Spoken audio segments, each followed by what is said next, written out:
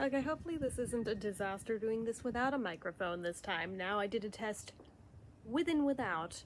I don't think we need to use that because I think actually we are better off without it on here. But anyway. So, I don't know. I used to have this weird thing with teachers from about 8th grade onward. Decided to be a smartass and just anytime one would make the very fatal flaw of asking, does anyone have any questions about anything? It had to be that wording, not just any questions, because that could be construed as on topic, but any questions about anything.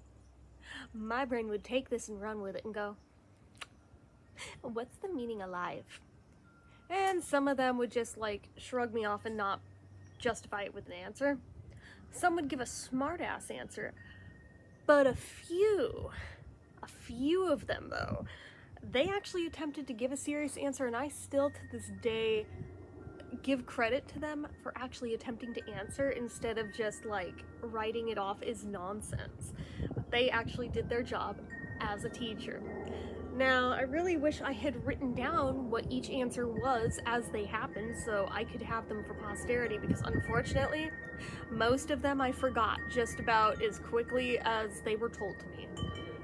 But the last one I ever did, after I had switched into home study for high school and everything, and I had like this awesome super liberal hippie teacher, or ex-hippie, whatever. He was like a reformed hippie, but the mindset was still there and you could tell a mile away, and I friggin' loved him for it. I asked him that question figuring if anyone's gonna give a really good answer, it's gonna be this guy. He did not disappoint. So I asked him the question of, what's the meaning to life? And he goes, that depends.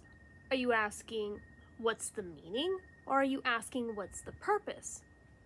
And I said, this took me off guard. I was like, there's a difference? He goes, oh yes, of course there's a difference. They're two very different things. And I'm sitting there thinking about that going, no, that can't be right. They'd be the same thing. He goes, no, let me give you an example. You see this? And he held up his electric kettle that he always had on his desk for his tea. I was like, yeah, what about it?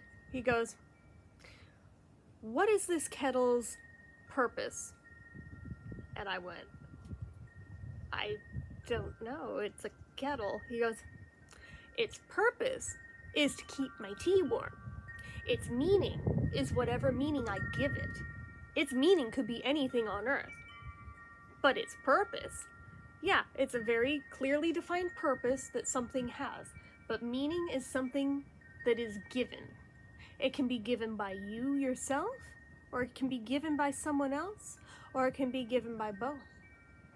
But there is a difference between meaning and purpose. I could say, oh, there's a bee. I could say the meaning of this kettle, its meaning was to make me happy because it keeps my tea warm.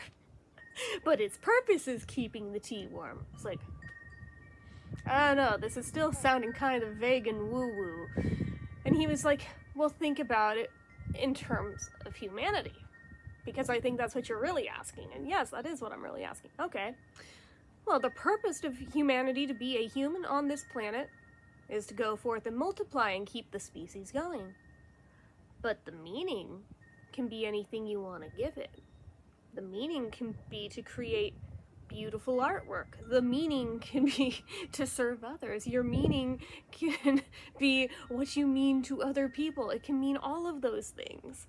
But it's not to be confused with your purpose. So, why am I saying this right now? Why am I telling you that? Just in addition to just sharing some knowledge I was given like 20 years ago.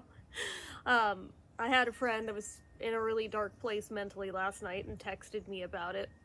And they were in that self-loathing spiral. I hope it's okay sharing this. I won't name names. Self-loathing spiral about feeling like they have no purpose being here, that they're just a waste of space. And you know, I of all people definitely understand this. I mean, hell, how many times have I come on here and talked to this camera expressing exactly those thoughts? But as I was reading through it, I don't know, Mr. Myron's words came back to me, and I remembered, I was like, I know what I must do. I must pass this forward. So, I mean, I did answer it in text form, although not as deeply and explained as I did here. But I mean, she'll also see this too, so it works both ways. But it's an interesting thought. It's kind of like that line in The Wizard of Oz about how it's not about how much, or a heart is not judged by how much it is loved, it is judged by how much others have loved you.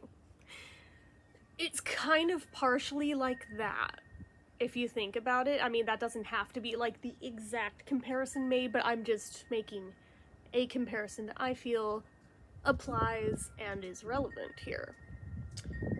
So it's kind of food for thought. I mean, especially when you're in that kind of a dark, bleak place. I mean, it helps to remind yourself of things like that because it doesn't feel as out of your own hands and out of your own control.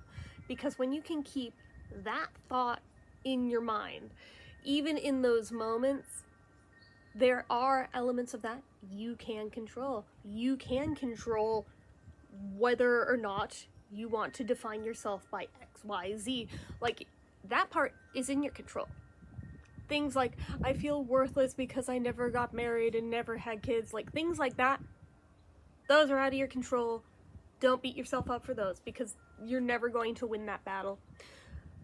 But the things you can change, the things you can control, define yourself by those. That is where you'll find your self-worth. Just thought I'd share that because it served me well when I've needed to think about it, and boy, I mean, I might have just been a smartass that day in asking that question and very much not really fully expecting a legitimate reply, but I am so very grateful that I did, because I probably never would have had that explained to me in quite that way if I hadn't. So perhaps some of my meaning is to be a smartass and accidentally stumble upon wise knowledge and then relay it along to you guys. But yeah, I'm not sitting here trying to define my own on camera or anything, but it is one of those things that you can take inventory of and see what things you can change versus which ones you can't, and then also think broader than that.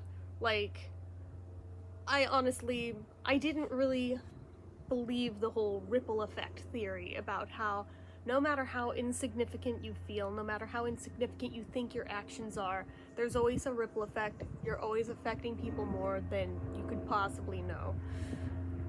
Running this YouTube channel has been an excellent exercise in that for me. It's not why I made one, it's not why I continue to run it. It's a perk, that's a nice bonus part of it, but I mean, it was never the intention of it going in or anything. But I've had people reach out to me before and tell me things like how my videos help them get through an entire course of chemotherapy.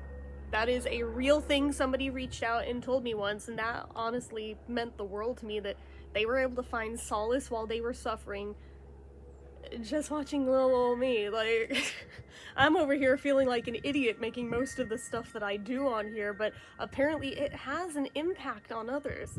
I didn't think I, of all people, could ever affect any kind of impact on other people, other than negatively, but like, apparently no, there are, even without trying to, positive ripples out into the universe. That's a beautiful thing. Like, that was one example. I've had others that say just having my videos on in the background helps them feel a little less lonely in their day. Or people who've come to me saying how they were in a really dark place and just watching some of my stuff and seeing me go through my own similar struggles, they didn't feel so alone. And it didn't feel quite as dark anymore. It's things like that that I am forever grateful that you guys share with me when you have that moment of vulnerability and honesty. Because in my own dark moments, I cling to that. I cling to that. I have to. So, I mean, every time somebody has ever shared anything along those kind of lines, it truly means the world to me. Never feel like you're just, like, kissing ass or anything, or like, oh, she doesn't want to hear this. No, actually, I very desperately would like to hear it. This isn't a fishing campaign for that or anything. It just, throwing that out there as an aside in case anyone ever wanted to, but then felt like, nah, that's dumb, I don't want to share that. But nah, I kind of wish you would, actually. But things like that, where I figured, I'm a 40-year-old loser who lives at home with her parents, no job, no prospects, can't even drive a car. Like, what do I have going for me? And yet, despite all of that, against all odds, I am still somehow, some way, insignificant as it may seem to me, still managing to help people without really even intending to, but I'm so happy that I do.